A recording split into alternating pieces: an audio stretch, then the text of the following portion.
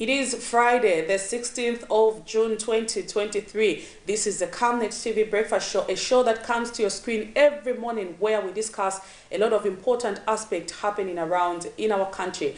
I am excited today to be counted among the living in the middle of the year. Remember, June is 6 months. We've completed our 6 months in 2023, and it feels, like it's just a short while. I remember it was just a few days when we were celebrating the new year and stuff like that, and today we are in the middle of the year. Maybe a challenge that I'm throwing to you this morning is among the aspects that you wrote down or the things you wanted to accomplish in the year 2023. How many so far have you accomplished? How many so far are you already doing? I know you might not really be there, but at least you've started doing it. It makes a difference. So whenever you're beginning a new year, remember you need to write down the things you want to see in the year 2023 and work to actualize those very important aspects there. Remember, Friday we talk about the business sector of what is happening around in our country. That's why I'm giving you some business tips and to vibe yourself throughout the week. Remember, we've got a long weekend coming.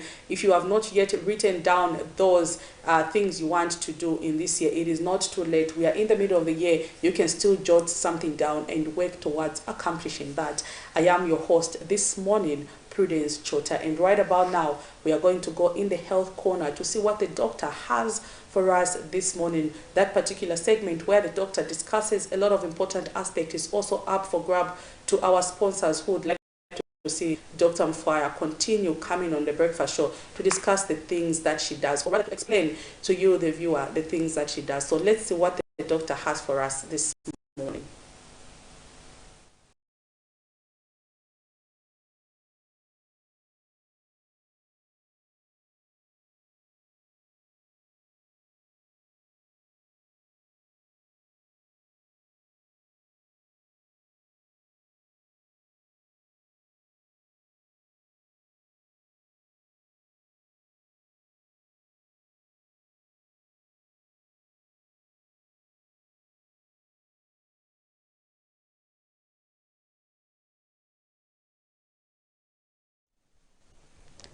Hi, I'm Dr. Nakwena Mfwaya, and I'm glad that you could join us here on the Health Corner on the Breakfast Show. This week we have been talking about asthma, and we say that asthma is a chronic inflammatory disease that affects the airways and causes a hyperresponsive in the airways that comes about with an obstruction in the airways, and these patients would present with a wheezing sound when they are breathing, some chest tightness, shortness of breath, or difficulties in breathing, and sometimes they would have a cough. Then we also say that it's usually diagnosed clinically in the hospital, and that once a patient has been found to have asthma or to be in an asthmatic attack, there are medications that are used immediately to relieve them from those symptoms that they are having or experiencing. The other thing is that we talked about the triggers of asthma. We say that asthma can be triggered by many irritants in the environment, such as dust, such as pollen from the plants, and also pets can also trigger an asthmatic attack. So if you have pets that have fur, such as a dog or a cat, they can also trigger an asthmatic attack. Then we also say that people who work in certain areas where they are exposed to dust, they're exposed to paint, such as builders, painters, farmers, people who work in the mines can also get asthma. If not asthma, then they would also get any other respiratory diseases or chronic respiratory diseases that affect the lungs and the airways. So the other thing is that infections can also trigger asthma, and exposure to cold air, exposure to exercise can also trigger asthma. So how can you prevent asthma or prevent an asthmatic attack? Usually this is done by avoiding all these triggers that we have mentioned. So if you if you're somebody who stays in the house, then avoid having dust in your house. Make sure that you clean out all the dust, you sweep your house on a regular basis to avoid a lot of dust settling in. Make sure that you keep your pets outside. If you have any pets such as a dog or a cat, and make sure you keep them outside so that they don't put the fur on your furniture or on your surfaces in the house, and avoid getting these attacks. The other thing is that if you as we're going into the cold season, you can try to reduce the exposure to cold air. So if you're going outside, you can wear a mask that can help to prevent the cold air from getting through to your lungs or your chest easily. Exercise can trigger asthma, so try to reduce on your exercise. I know we talk about exercise being very important, but if you are somebody who is asthmatic, then you don't want to over exercise or do so much exercise.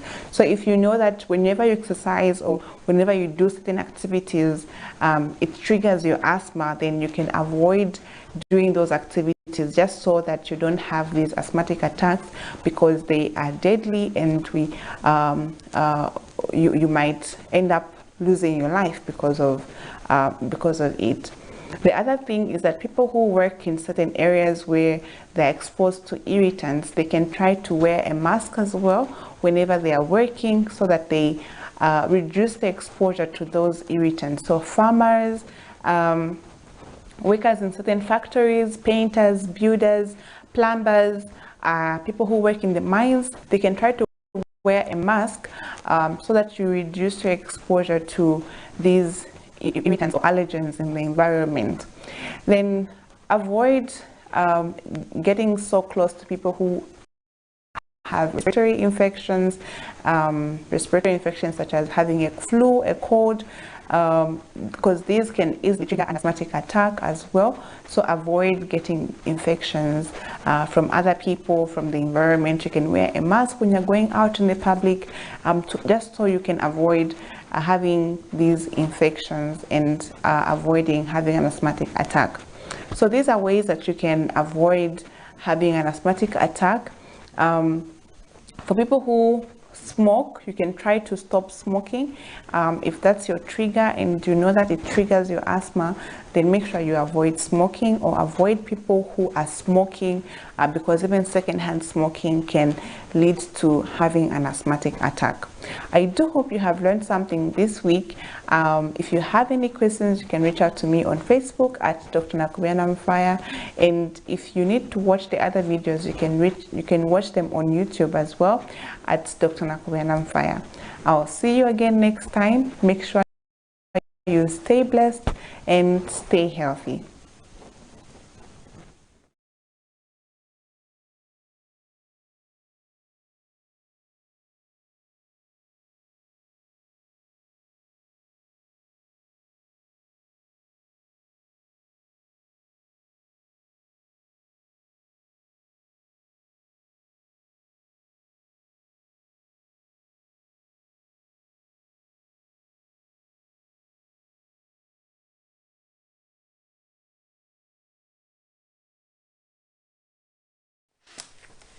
There you have it. That was Dr. Mfire, and she was discussing asthmatic attacks, and how you can prevent having an asthmatic attack. You know, I've not really lived with that condition myself, but for those who've lived with those kind of conditions can get, or rather understand, most of the things that the doctor was talking about. For example, she talked about aspects that trigger asthma. If you have pets in the house, remember sometimes pets have a strong smell because of, you know, the fur around their body. So that sometimes contributes to asthmatic attack for those who have asthma. And she also talked about, you know, sometimes if you are in public places, because, you know, sometimes people smoke anyhow. I think we've got this too much culture of people smoking anyhow. Like people just stop anyhow, smoke. You find that you're walking in town and there's this tree planted in town and people have turned it into a toilet. They urinate there most of the time. You know, this kind of strong scent is what can trigger asthmatic attack for those people with asthma. So doctors advise to say, you know, you can use a face mask to protect yourself from, you know, inhaling a lot of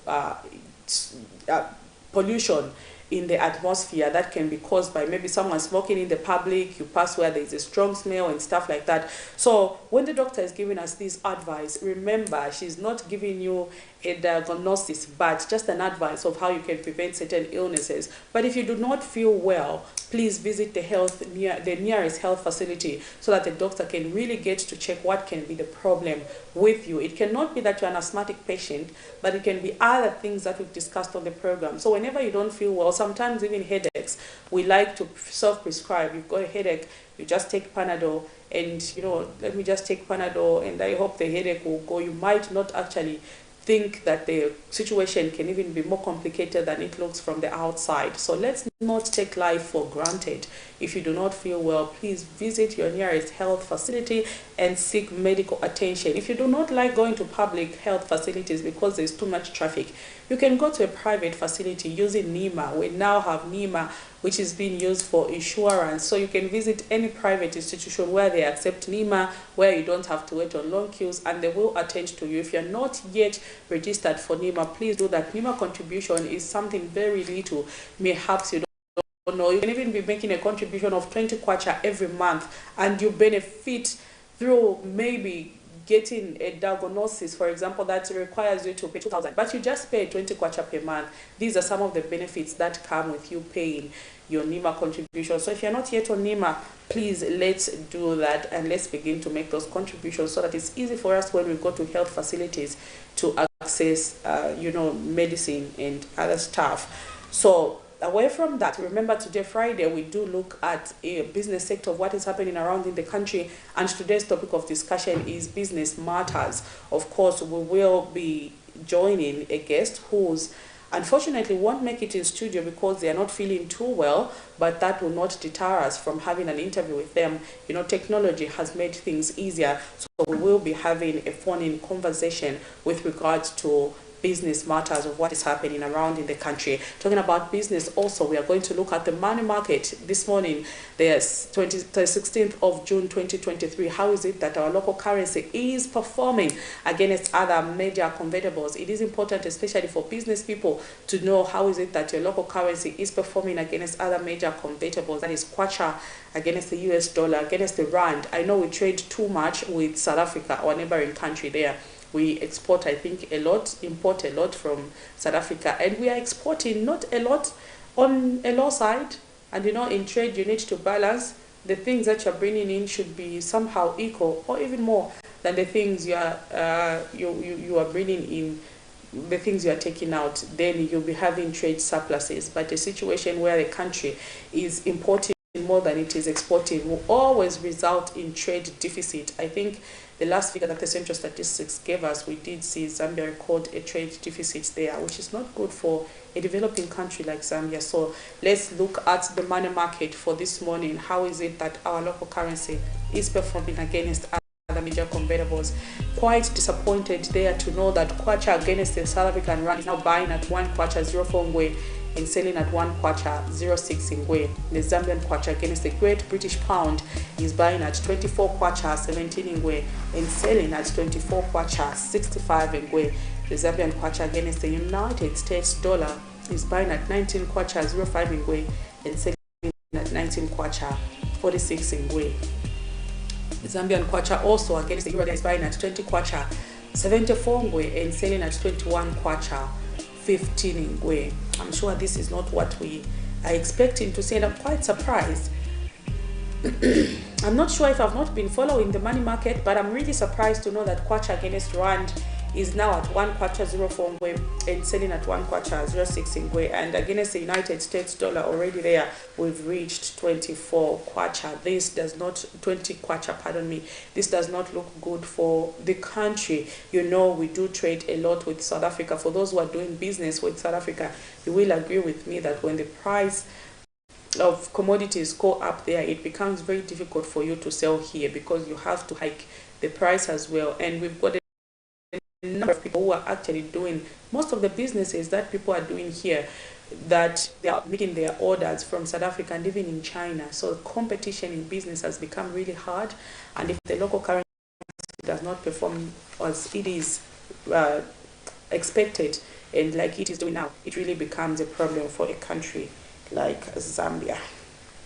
Away from the money market, yesterday something interesting did happen in Zambia. For the first time, we saw Zambia College of Medicines and Surgery graduating the first neurosurgeons and radiologists. Remember, in the past, if you want to become a specialist in neurosurgeon and radiologist, we had, or rather they had to travel outside the country and do it from there. But yesterday, for the first time in the history of Zambia, we did see the first neurosurgeons and radiologists being graduated at the Zambia College of Medicines and Surgery.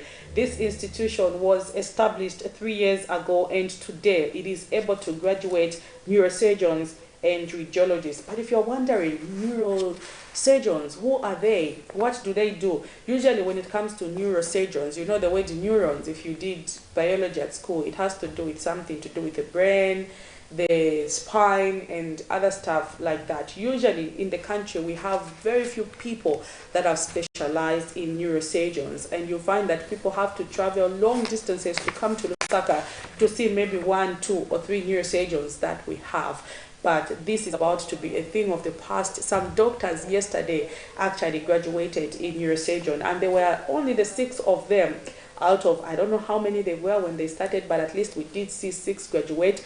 And then we also saw radiologists, about 4 of them graduated in this particular field. And you know, for radiologists, these are the people sometimes who interpret x-rays. When you go to a clinic, you do an x-ray, you do an ultrasound, you do what? Sometimes, you know, you just take it to a doctor who's not specialized in that field, and they'll look at it, you know, they'll make a diagnosis based on what they feel is the problem, and most of the time people have ended up missing the diagnosis. But now we have people who are specifically being trained in radiology to interpret what is captured on, you know, the screen and the camera. When they look at it, they'll be able to see, okay, here this problem is this. And they also do facial reconstruction. For example, when someone dies, and you've seen instances where people say, okay, go and resume the body of someone, you know. Those are the people who do facial constructions. I think Zambia is advancing in the health sector, and let's give government a clap for investing more in the health sector. Now we are seeing these kind of people being graduated here in Zambia. But these are not the only ones who graduated. A number of people yesterday graduated, and there were about 99 of them. But also, just to emphasize, the ones who are graduating are already practicing doctors. These are doctors, but they've gone ahead to advance in their studies at another level, you know, where you specialize at certain particular field of study, where you just really specialized in that one. And usually this used to happen outside the country. They used to travel. But that is becoming a thing of the past. Kudos to the government and to everyone who's playing their part to ensure that Zambia's health is improved, or rather the Zambia's aspect of offering quality health services is improving. So that was one of the stories that made headline in our news yesterday, and you too can be part of the conversation. How is this going to actually affect you as an individual? Remember, neurosurgeons also deal with operating on the brain. Like if you have a brain tumor, we've had a number of people who've died because we don't have a specialist to look at that. But these ones will be able to open your brain, remove that tumor, and close it. It is a plus for the country. So what am I saying? Let's see the story that made headline in our news yesterday. Zambia has for the first time graduated the first neurosurgeons and radiologists from the Zambia College of Medicine and Surgery, who were among the 99 doctors who have graduated in various advanced fields of study. Dr. Veronica Sichizia is among the few radiologists who Zambia has produced for the first time and could not hide a joy. My advice to you is that please specialize in radiology. You know, it's a field I love. There's no boredom. I don't know how my day feels. I told you it's X-ray, it's ultrasound, it's CT, it's MRIs, it's angiography. You know, there's so much variety, no boredness, and I don't like doing one thing. And it's the whole of medicine, from the cradle to the grave. Even in the grave, we exhume and still image.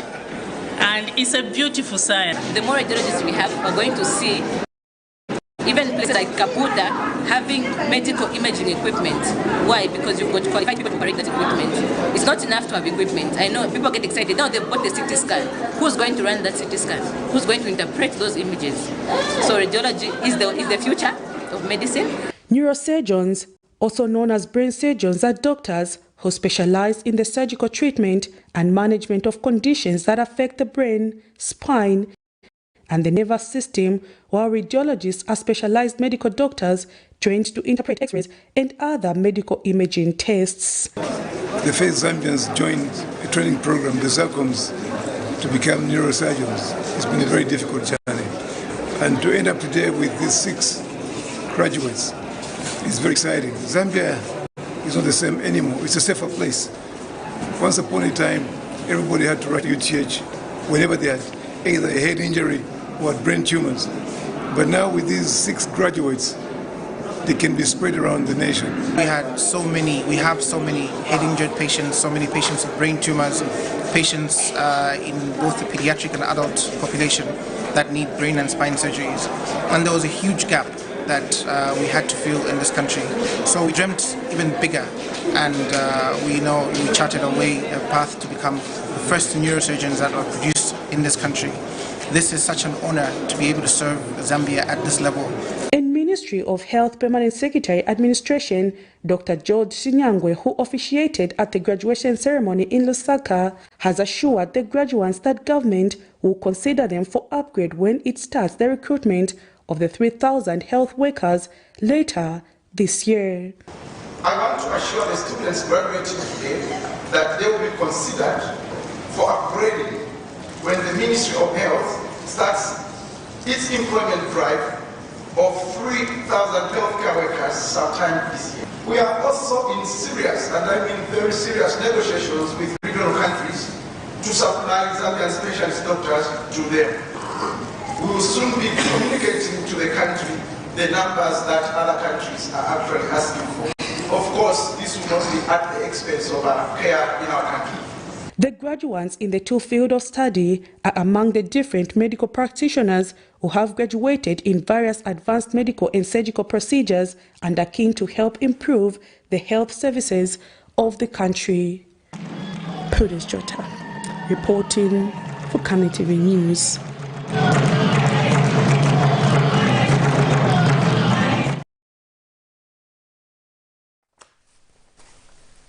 There you have it. The first neurosurgeons and radiologists have been graduated in Zambia. They are the first that Zambia is graduating. Not all that we don't have neurosurgeons and radiologists, we do have them, but usually you have to travel to other countries for you to undergo specialized, training in those fields. But now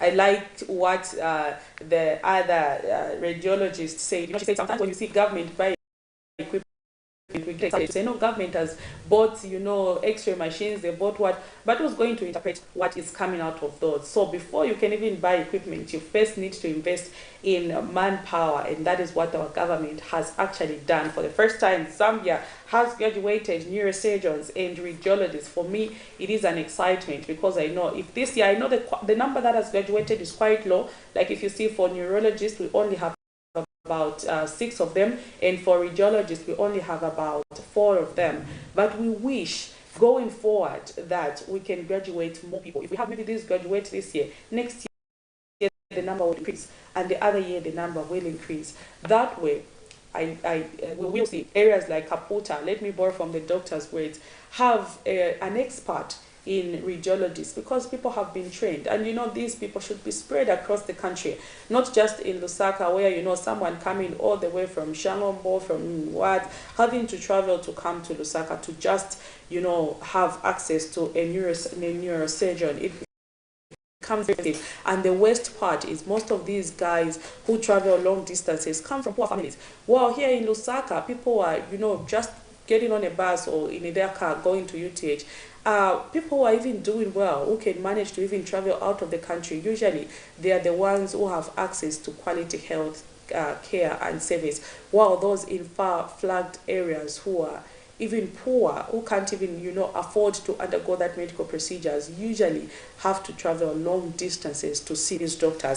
So it is a kudos to government for spearheading this initiative of having the Zambia College of Medicine and Surgery, where experts in various fields are being trained, not just neurosurgeon and radiologists. No, there are other fields that experts graduated in. That was yesterday. So these are already practicing doctors who are now advancing their studies to specialize. It is a kudos to government, and I know Zambia is particularly excited about this information. Our only challenge now to the government is let us train more of health practitioners in this field. I know sometimes it is expensive, and these are the expenses that government tries to sometimes avoid, where you have to pay these experts quite good salaries, because what they do is a lot. Imagine opening someone's brain every day. You're opening people's brain. You need enough resources for you to recapitalize your mind, because even the things that they see sometimes also has an effect on them. So that sometimes is what we try to avoid. No, it's expensive. We can't have all these radiologists, neurologists in the country, whatsoever. But I think we need to train more of such health practitioners and ensure that we have quality health service delivery and accessible to all Zambians, regardless of where they are situated. So it is a plus for me. I'm excited, and kudos to the government for that milestone. Then also we have a controversial issue where Opposition Patriotic Front presidential hopeful Emmanuel Mwamba is detained at Emersdale Police Station in Lusaka. Mr. Mwamba, who was apprehended on Wednesday afternoon for an undisclosed charge, is yet to be formally arrested and charged. Lawyer representing Mr. Mwamba were at Emersdale Police Station. That was yesterday, trying to ensure that they have their client out of the cells. The Zambia Police Public Relations Unit confirmed apprehending Mr. Mwamba, and that details will be given later. Remember, today is a Friday. If Mr. Mwamba is not out of jail, he will spend the entire weekend there in the cells. So we are hoping that today he will be formally arrested and charged, so that we know what offense is committed. Let's see this story that made headline even as we get to discuss. Opposition political party leaders in Zambia continue to cry foul. Just like the COVID-19 pandemic, the wave of arrests continues to grab them one by one, and the Patriotic Front is topping the list, with the latest casualty being the PF presidential hopeful Emmanuel Mwamba. Not until the 14th of June 2023, he has been the one giving updates to the media on the arrests of various political figures. Thursday, 15th June 2023, PF officials were frequenting Emersdale Police Station, where Mr. Mwamba is detained. Earlier in the day, we spoke to former Patriotic Front, former Secretary General Davis Mwila, who expressed concern over the delay to charge Mr. Mwamba. Car wash, and they grabbed all the phones from him, including the people that were passing, because they were trying to few more record what was happening. But now, this morning, we have been informed that he's here at Emersdale. That's why we are here. So that's why he has been detained. I want to say that the law provides that anyone that is detained is interrogated as quickly as possible, so that he is given a police bond. And if he's not given a police bond, he's taken to court, so that he's given a bail. So far, this is the second day. While the United Party for National Development Administration has been saying that arrests were being undertaken in upholding the rule of law, however, New Heritage Party President Chishala Kateka, who was at the police station to give solidarity to Mr. Mwamba, claims that the gesture is tantamount to political victimization. It is very unacceptable, but the optics are also not good. They are not sending a right message at all to anyone. Who are they trying to impress? Why not just do things properly? As New Heritage Party, we have said this many times. Just do the right thing. If you don't do the right thing, you don't know what resistance you will get. It's unnecessary. There's no wisdom in this at all, I can tell you that. Patrick Soko, Camnet News in Lusaka. There you have it. That was one of the stories that made headline in our news yesterday. The presidential hopeful, when we say hopeful, is one of those aspiring to take over the position of presidency of the Patriotic Front. Emmanuel Mwamba has been detained at Emersdale police station. We do not yet know the charge that he will be slapped with, because police yesterday told us to wait a bit longer for us to know the reason why he has been arrested and detained since Wednesday. But we did see there Mr. Davis Mwila give his position when he said he is surprised that, you know, police officers are not yet charging Mr. Mwamba with the offense that he committed. And then also remember, most of the former Patriotic Front officials who've been in and out of police, Mr. Emmanuel Mwamba has been one of those prominent in visiting them and of course denouncing the arrest of opposition political party leaders. We will not say government is wrong, neither will we say Mr. Mwamba is being unfairly treated when we do not know the charge that he has been slapped with. So we will hold our thought before we can actually discuss this particular issue. But you too can make your contribution and submissions. What do you think about the arrest of former Patriotic Front members and those who served in opposition, who served in the office when the PF was then the ruling government? We have seen quite a number of arrests, almost, when I say almost, I mean almost everyone who held a position in the PF has at one point been in the police cell. But it is too early for us to judge because we do not know the offense he has been slapped with. So we are going to leave that to the law enforcers to inform us. But you can add your voice on what you think is the reason why government is arresting those in the opposition. And remember, over the same issue yesterday, we did see Democratic Congress leader Savoy Imboila charge that there is a lot of political intolerance on the part of the United Party for National Development Administration. Ms. Imboila claims that arrests being made by the Zambia police are meant to silence the critical voices. She has since urged opposition political parties in the country to unite and fight what she refers to as injustices. Let's see what Ms. Imboila had to say. Violation over the human rights, and I hope that the UPND and President HH is going to stop this as soon as possible.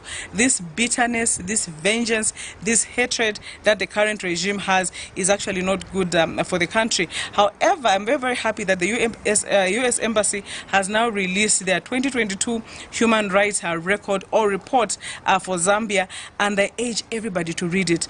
All these arrests, all these violations of human rights are well covered in that report. So the international community is seeing what is going on in this country, and it's something which is going to tarnish the image of this country even further. And for a country that is relying on the IMF and the international community to actually get money out there, it will become more and more difficult for the UPND to even get money. We have seen how they have struggled, you know, to get the bailout package from the IMF. They've really, really struggled. And instead of cleaning up their human rights record, they're actually worsening it. So for this, I would like to urge all the members of the opposition to stand together. You know, they need to unite, denounce the government, and ensure that all these things are brought to the public. Because right now, apart from the opposition political party leaders, they're actually following people in WhatsApp groups and Facebook. We have seen the arrests of Thompson. We have seen the arrests of Andy, you know, over something which people shared on social media. Social media is like that. A lot of information there, when people share, they begin to share without something being verified. So to get two people for something which was shared by many people and lump it on one or two people, I think is very, very unfair. And for me, it just shows how much the UPND would stop at nothing because of the intolerance to arrest as many people as they want in the country at the moment. There you have it. That was Ms. Imboila adding a voice to the arrest of opposition political party leaders. And of course, she did call on other opposition political party leaders to unite and fight what she terms as injustices. That was according to Miss Mboila, who was also adding a voice to this aspect. Also, we are going to zoom into one of the last stories as we settle down with our guest, not here in studio. Of course, our guest is online, and we are discussing business matters. So yesterday, Mimbola Mine Human Resource Manager Upita Chishinka says his organization has never received any reports of female employees being sexually violated at the workplace. Mr. Chishika says the company has very strong policies against the harassment of women, and that all employees at the mine are aware of the consequences involved in engaging in such vices. He says the vice is happening at the time. Parties involved should report to the relevant authorities so that the law takes its course. So in this particular case, we did see a female who sought anonymity complain that she had experienced sexual harassment firsthand, which has left her traumatized and frustrated. This is at Mimbola Mine on the Copper Belt, and one of the employees complained and the company responded. Let's zoom into that story as we allow our guest to just get to discuss. In any case that has been brought to my attention that any of our employee has been arrested. That is all I can say, and that is what you can put on record in this regard. Because as far as I know, we have a strong harassment policy in place, and if anyone has been harassed by anyone, such cases must be reported to HR or must be reported to the supervisor. The supervisor is supposed to take disciplinary action against that. We take such issues very seriously. We are there, we are open, and if anything of that nature really happens to anyone, actions will be taken. Again, we have got the disciplinary code, which is strong. The disciplinary code states that if someone harasses a woman, definitely that person must be dismissed. So it's a serious case that we take ourselves.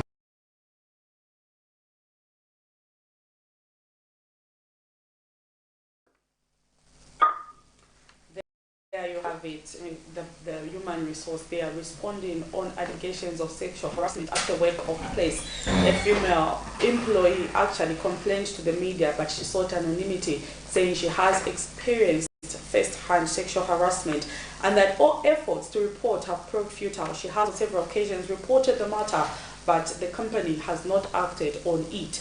We will, however, continue to follow that particular issue to involve also the Ministry of Labour to see how best they can help female employees working at that particular mine, because you know they say there's no smoke without fire. For her to have reported, it means something is really happening. So let's hope the Ministry of Labour is listening and can actually move in on this particular issue and see how we can help our female folks working in these organizations. Today's topic of discussion is economic matters, and we have Mr. Emmanuel Zulu, who's an economist and has been prominent in offering checks and balances to the government, or rather commenting on these particular issues on the business sector, joining us online. Mr. Zulu was supposed to be with us in studio, but due to circumstances beyond our control, he wasn't able to make it, but we will be having him online to have this discussion. Mr. Zulu, good morning. Good morning, Madam Chair. It's actually great to be on Camnet.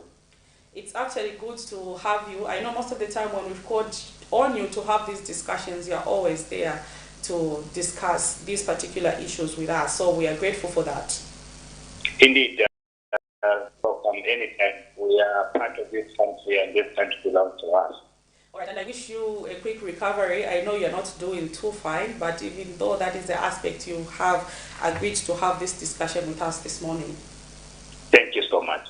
All right, thank you so much. So this topic of discussion this morning is economic matters, and we are just generally looking at how is it that our economy is performing. But last week we did see something very important happened where Zambia's president, Hakainde Hichilema, was appointed as the chairperson of the Common Market for Eastern and Southern Africa for the next 24 months. So President Hakainde Hichilema has assumed the chairmanship of COMESA. And the question, Mr. Zulu, I would like to throw to you. Would you say this will benefit the Zambian economy, the appointment of the president as, of course, the chairperson of COMESA? Thank you very much. First of all, I must also join others in congratulating our second president for assuming the chairmanship. He's been very vocal and, trying to call for integration, regional integration, and also fostering trade within African states. So I think this provides a very good opportunity that we see him actually lead in terms of actualizing his call for regional integration and also trade among African states. But just to answer your question, whether Zambia is really going to benefit or not, indeed it is an opportunity for Zambia to benefit, if you ask me. There are a number of bottlenecks that have hindered the regional trade, and that have to do with regulations of different countries.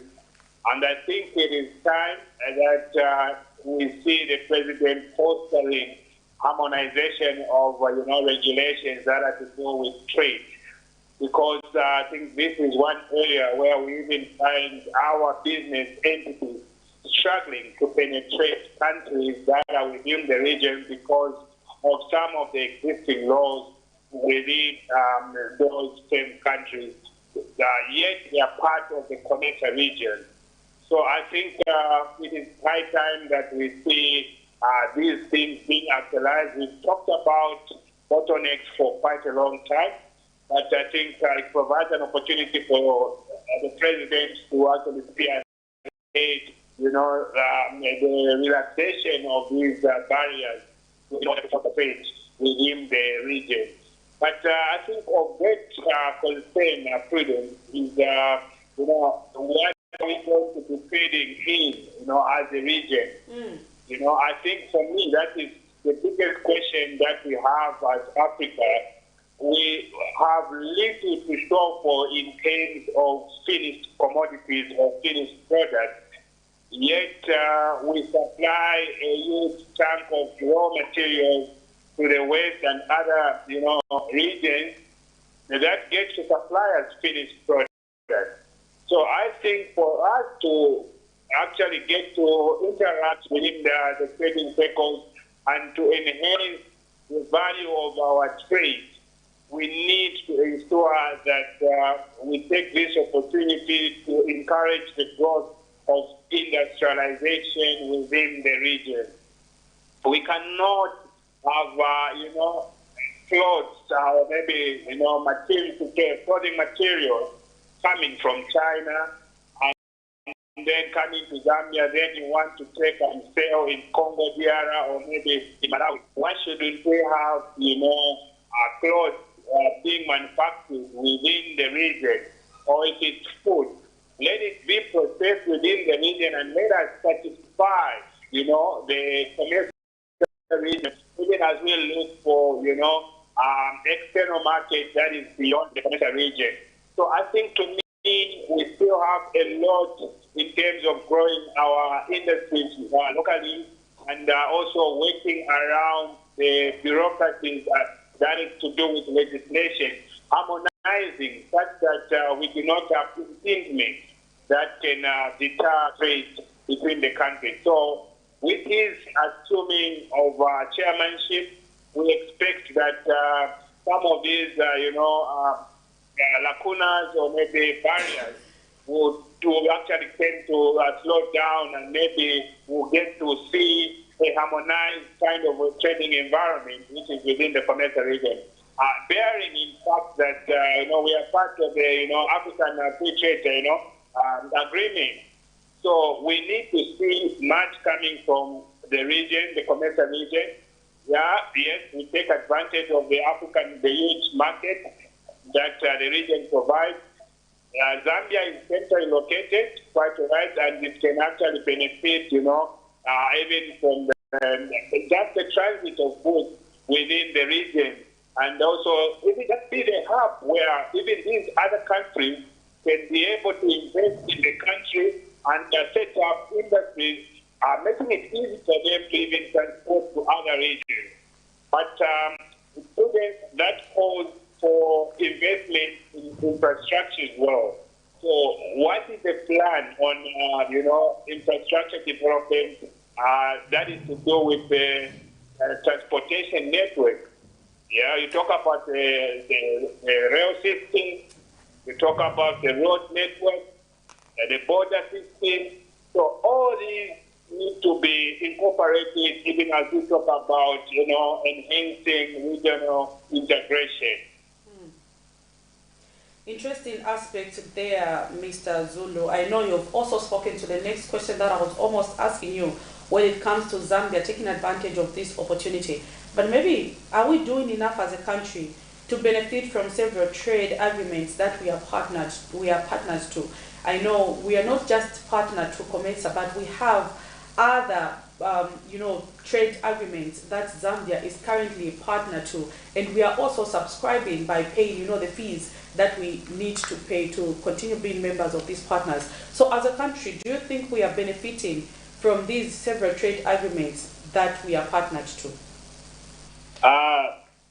Prudence, you will agree with me that for you to have considerable benefits in a trade agreement, you need to present items or maybe commodities of high value, But with the case for Zambia, I think if you look at our major export commodities, we still export raw material.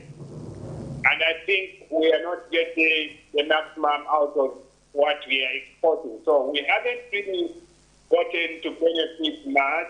I think we will benefit much if we invest in processing these raw materials and getting to a level where we can, lobby, for acceptance of standards of certain commodities that are coming from Africa. But where we are also lagging as a continent because, there are these standards, and that have to be made specifications for you to trade in certain regions or to supply your commodities in certain regions. They'll require this and that, of course, which may actually be very cumbersome for business entities within the African region or within the southern region, Zambia inclusive. So how are we lobbying, for our foods to be acceptable in other markets, such as the European market?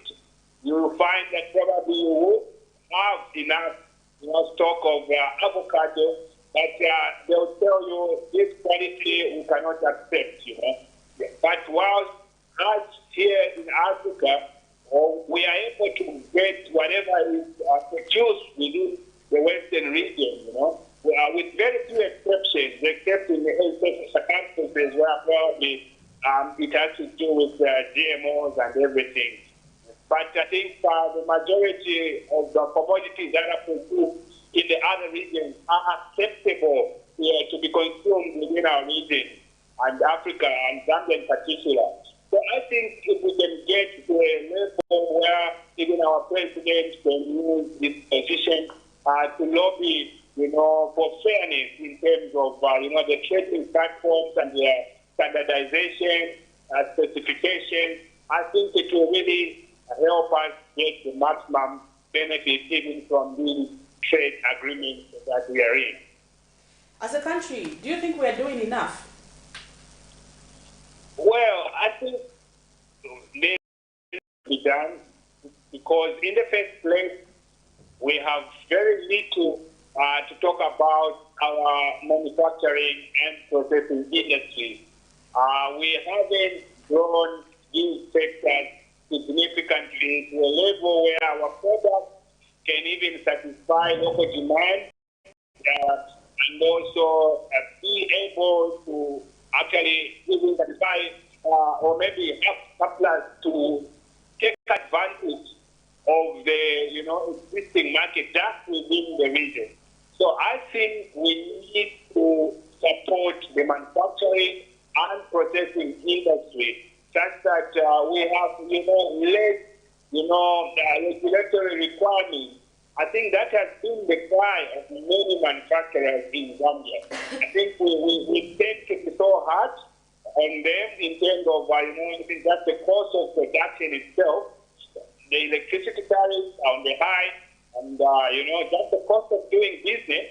Although we are making steps, I know the Minister of Commerce has been very keen on this, trying to emphasize that they want to reduce all the regulatory processes, the regulatory fees, and try to have something like a single window licensing that can enable businesses to acquire licenses within just a single window.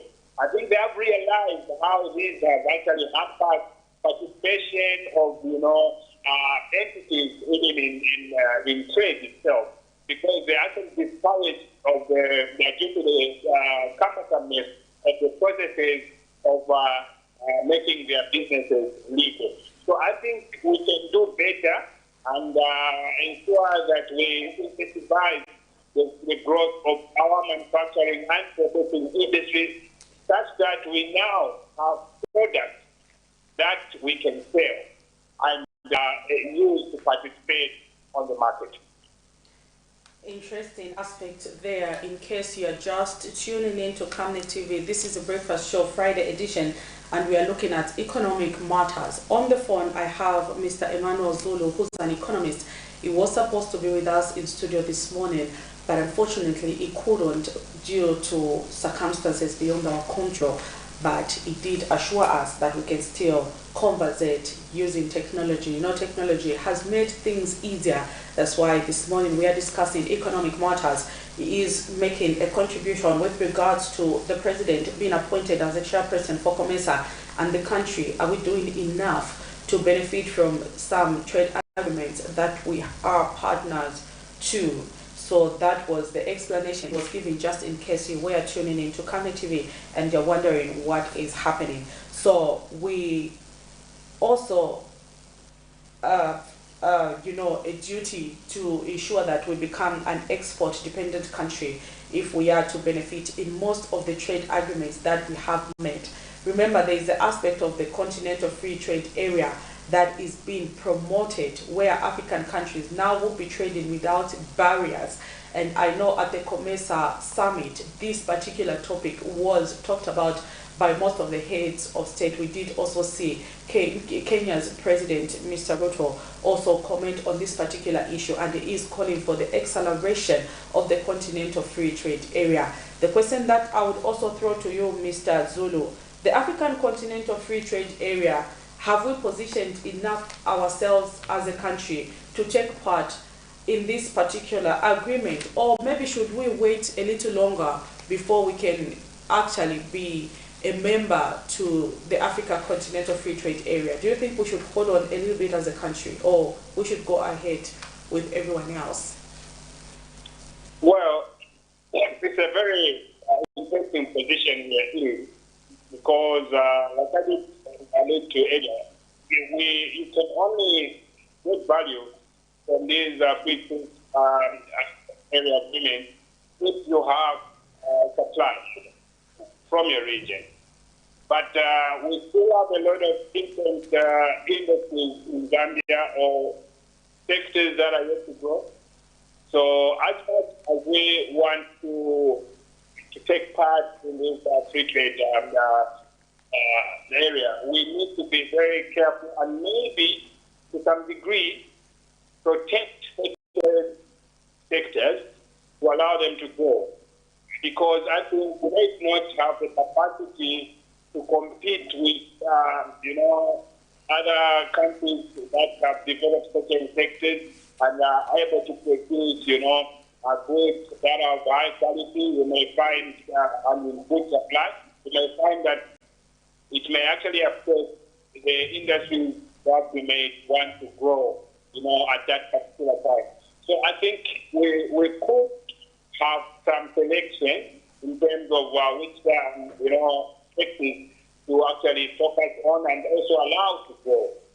So you will agree with me that in terms of food processing, we are yet to reach that level where we can even package food to be sold, beyond our borders, But the other countries have passed that stage.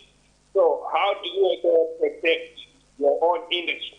So I think there has to be some consideration of some sort, even actually trying to take advantage of this platform.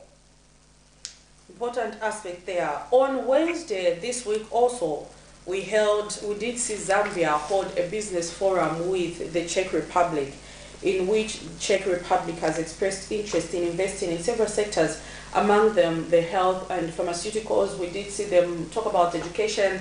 They also talked about, technology and technological transfer. They talked about a number of aspects where they've got experts who they wish to invest in the country. So if you were to give recommendations in the areas that we really need investment, which areas would you advise we should be looking for investment in? I know this particular topic has been of, debate, where others say we have investors who are taking over the local jobs. No, you can't give an investor to do the business that the local people are doing, more especially in the agriculture sector. There's been quite a number of fights between, the local people and those who are coming as investors. So when we are talking about, investment in Zambia, looking for investors to come and invest in the country, what mode of investment are we supposed to be looking at really that will help improve our economy? Because we know not every investment is beneficial. First of all, it's very key to look at the commodities that we get to import, mostly that are actually, clearing up our treasury in terms of how much we get to spend on import. And to me, what turns out really, especially from the statement that came from the Foreign Affairs Minister of Czech Republic, what really touched me was the pharmaceutical.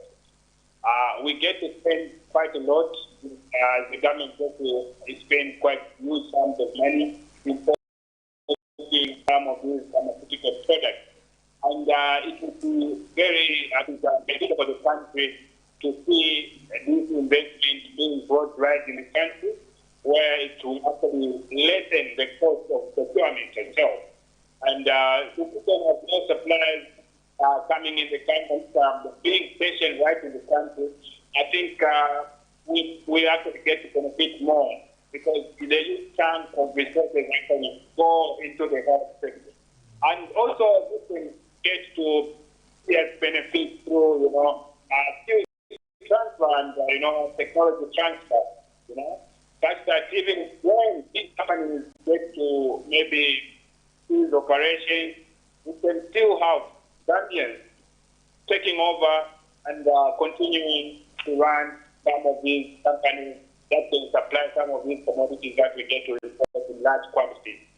So for me, I think that speaks volumes. If we can see investment coming towards, the health sector in terms of establishing pharmaceutical, maybe drug production companies or producing companies, I think that will really help the country a big way. Interesting there. I know you've talked about, having investment in the pharmaceutical sector, and I really agree with you on that one. We are spending quite a lot of resources to try and bring medicines in our country. Economic-wise, are we making progress as the country? We're just looking at the money market today, and we've actually realized that Zambia against the United States dollar is now at 20 kwacha per, $1 and then also against the South African rand, we've seen now kwacha has gone to 1.04. That is buying and selling at 1.06, and we do trade a lot with South Africa and other countries. So looking at the performance of the currency, looking at the way the inflation rate is performing, the way the GDP of the country has been, and looking at the growth projection and what is happening in our economy right now, can you say economic-wise, we are making progress as a country? I know sometimes they say, you know, if in Tunipa, no, you move just slow until you reach your destination. But as a country, would you really say we are making progress in terms of economic-wise? Well, when you talk of progress economic-wise, it means you are actually making a comparison. And I know mostly we've been comparing with the previous regime or something, or maybe during that period where we are today. Yes, quite right. There has been some positive. So if you look at the growth rate, it's in the positive now. We're talking about a growth rate of over 3.5% from around 2%. So which is steadily increasing. That is on the GDP. And then you also look at how you've managed to contain the election rate from a high of about 22%, getting down to 9.9% as we are talking. Yes, so that is quite positive. And then we talk about the international reserve. We still have 3 months cover, which is still okay. So for me, in terms of those variables, we are doing fine, but we could have been better if we had certain issues addressed and resolved. I don't think this is the phase that we have to get to move back. We can actually be talking about a double-digit growth rate, because currently the single-digit growth rate may not really provide the necessary room to see even the job creation even in the private sector. So the private sector growth actually is not very, I can say it's not that good, if you ask me, because probably the number of measures that the government has been implementing in order to also arrest the high inflation rate as well as the high volatility rate of our exchange rate. We've seen that there has been a process of contractionary monetary policy since the government took over. We have pursued the contractionary monetary policy, which twofold, liquidity in the economy and also limits within private sector growth. So to me, I think on that aspect, we might not see much coming from the private sector, and also that limits the availability of jobs, especially for our citizens.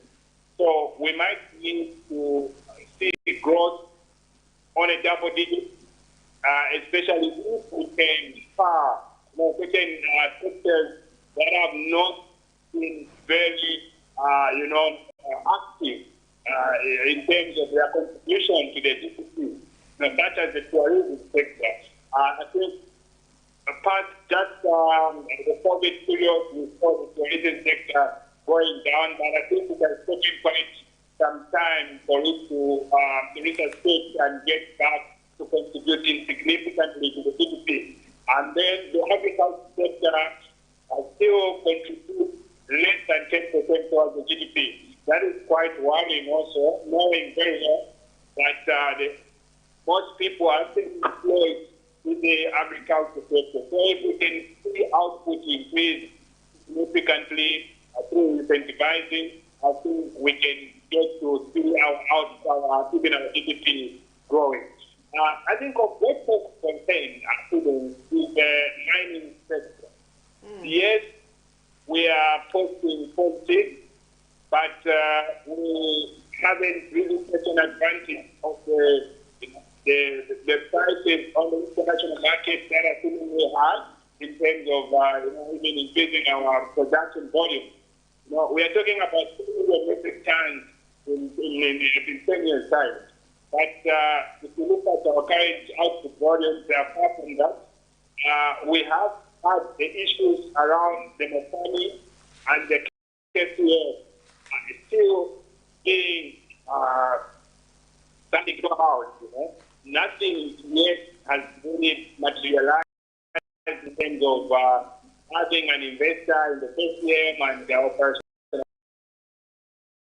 operationalizing community, such that we are able to take advantage of the prevailing demand of copper. So I think we've lagged behind mostly because there hasn't much that has really come out of the biggest mine, that is the KCM, as well as Mopani.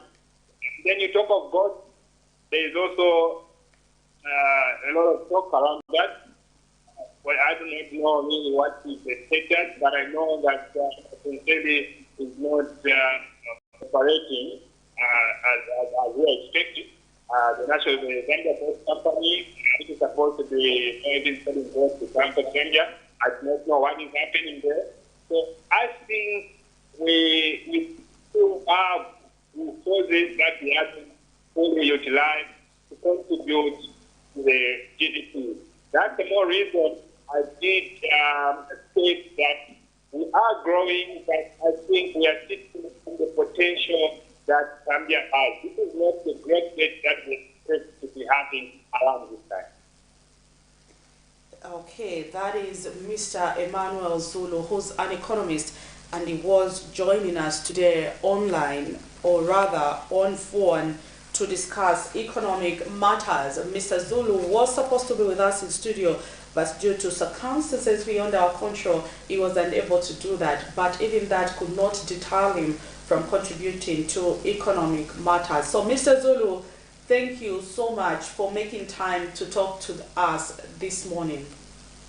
Thank you so much, and thank you for having me. Actually. All right, we wish you a quick recovery and a fruitful weekend. Thank you, Sempty. All right, thank you. That, of course, was Mr. Emmanuel Zulu, an economist, and we are discussing economic matters. When we talk about the issues of making progress as a country, have we made progress economic-wise? I know there are a number of things he's talked about. For example, he has talked about, if you make comparisons to how the former government was faring, we can say the United Party for National Development has made some progress. For example, it did compare to the country's GDP to say, you know, the growth might not be as expected, but if you look at how it is performing now, the growth we have at 3.5% compared to the 2% that was under the Patriotic Front, you would say we made progress. He says if you talk about inflation from the 22 where it was to 9.9, we have made progress. And if you look at our reserves, at least we have a reserve of about 3 months of import cover. It's an improvement. But he says much needs to be done, as not much is coming from the private sector. So as a country, we cannot see growth according to how we want to see it. At least we should be growing in a 2-digit number, but we are still in a 1-digit number. It's also spoken to the fact that the mining sector is not benefiting us as much as we anticipated as a country, and that leaves much to be desired. So that was Mr. Emmanuel Zulu, who was joining us online to offer his contribution. So for those who are watching this program, we say kudos to you. But before we let go of you, the viewer out there, we are going to zoom into one of the stories that made headline in our news yesterday. We know this week actually we are celebrating a Child's Week. Children are very important. You cannot have an economy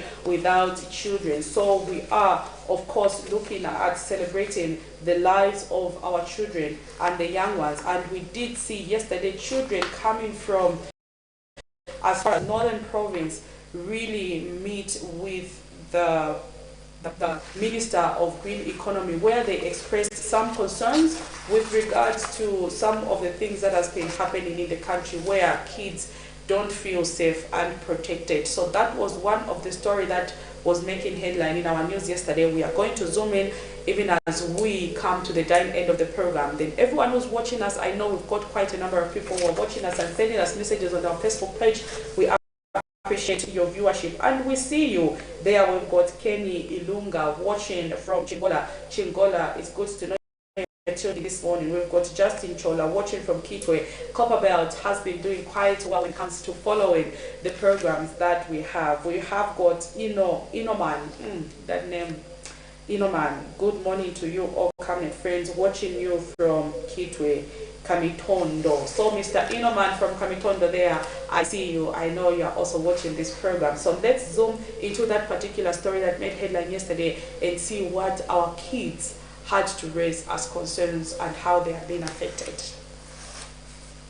The need to diversify crops and livestock to improve nutrition and food security, promotion of alternative sources of livelihood, and enhance water management to withstand climatic condition and small-scale irrigation are among the means to reduce vulnerability to climate change. While the impact of climate change in Zambia is still visible from the 2022-2023 rainy season, the need to actualize Sustainable Development Goal number 13, which seeks to combat climate change and address its impact, cannot be achieved if efforts are made in isolation. It is for this reason that these pupils, drawn from 3 provinces, namely Luapula, Western and Southern, are calling for government to include them in decision-making focusing on climate change. The policy and the platform that allows us children to participate at the table of decision-making in matters that concern climate change.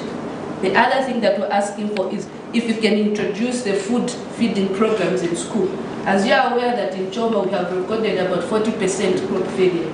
As a result, we don't have enough food and children are going in school hungry.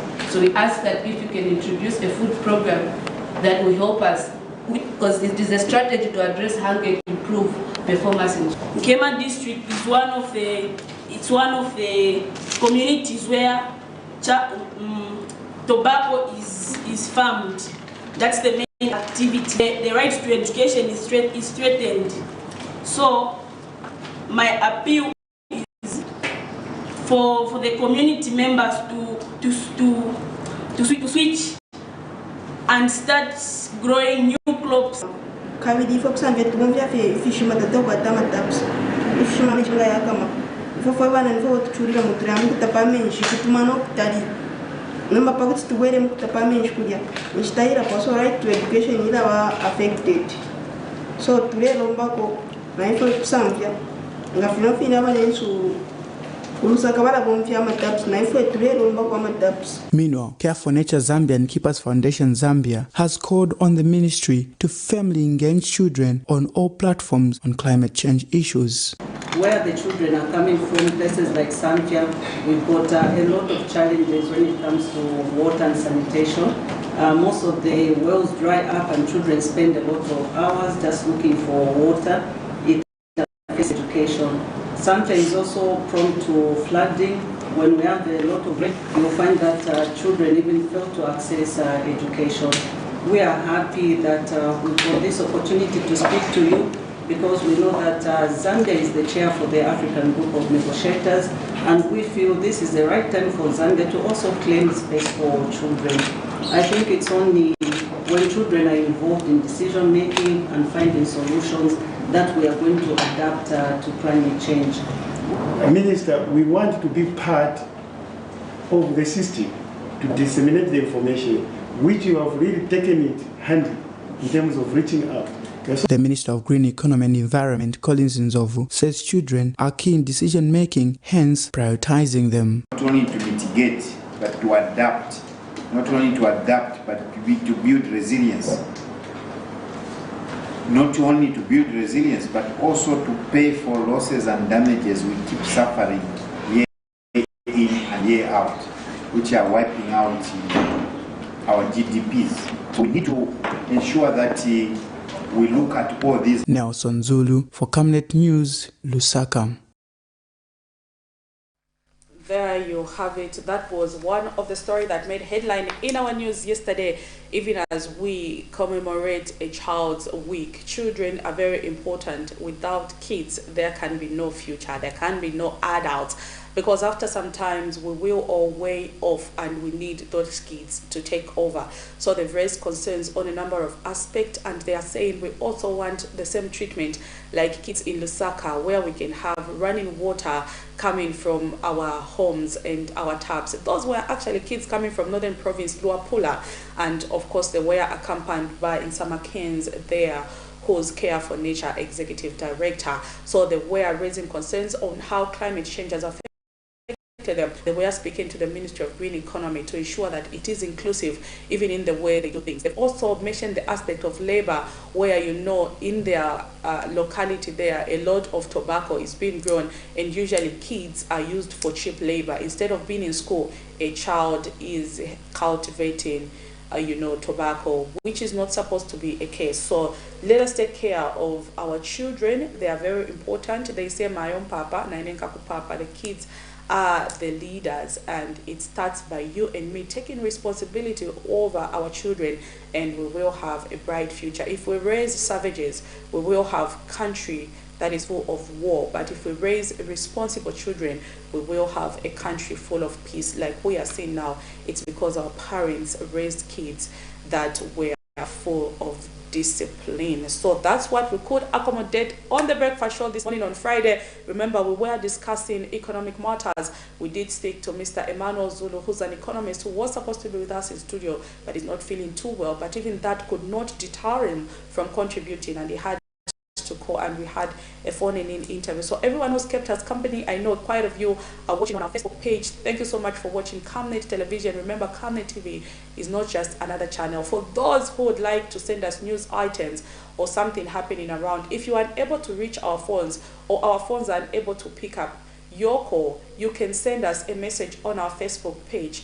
and be assured we will get back to you as fast as possible. So just leave us a message on Facebook page, and we'll be able to get back to you in the shortest possible time. So it has been me, your host, Prudence Chota, the entire Camnet TV production team, coming from Mr. Elijah Chifita, the black man himself, and Mr. Amore, that's what we call him, abbreviated as that, Mr. Amos Lungu. It is bye for now, and God bless you. See you on the other side.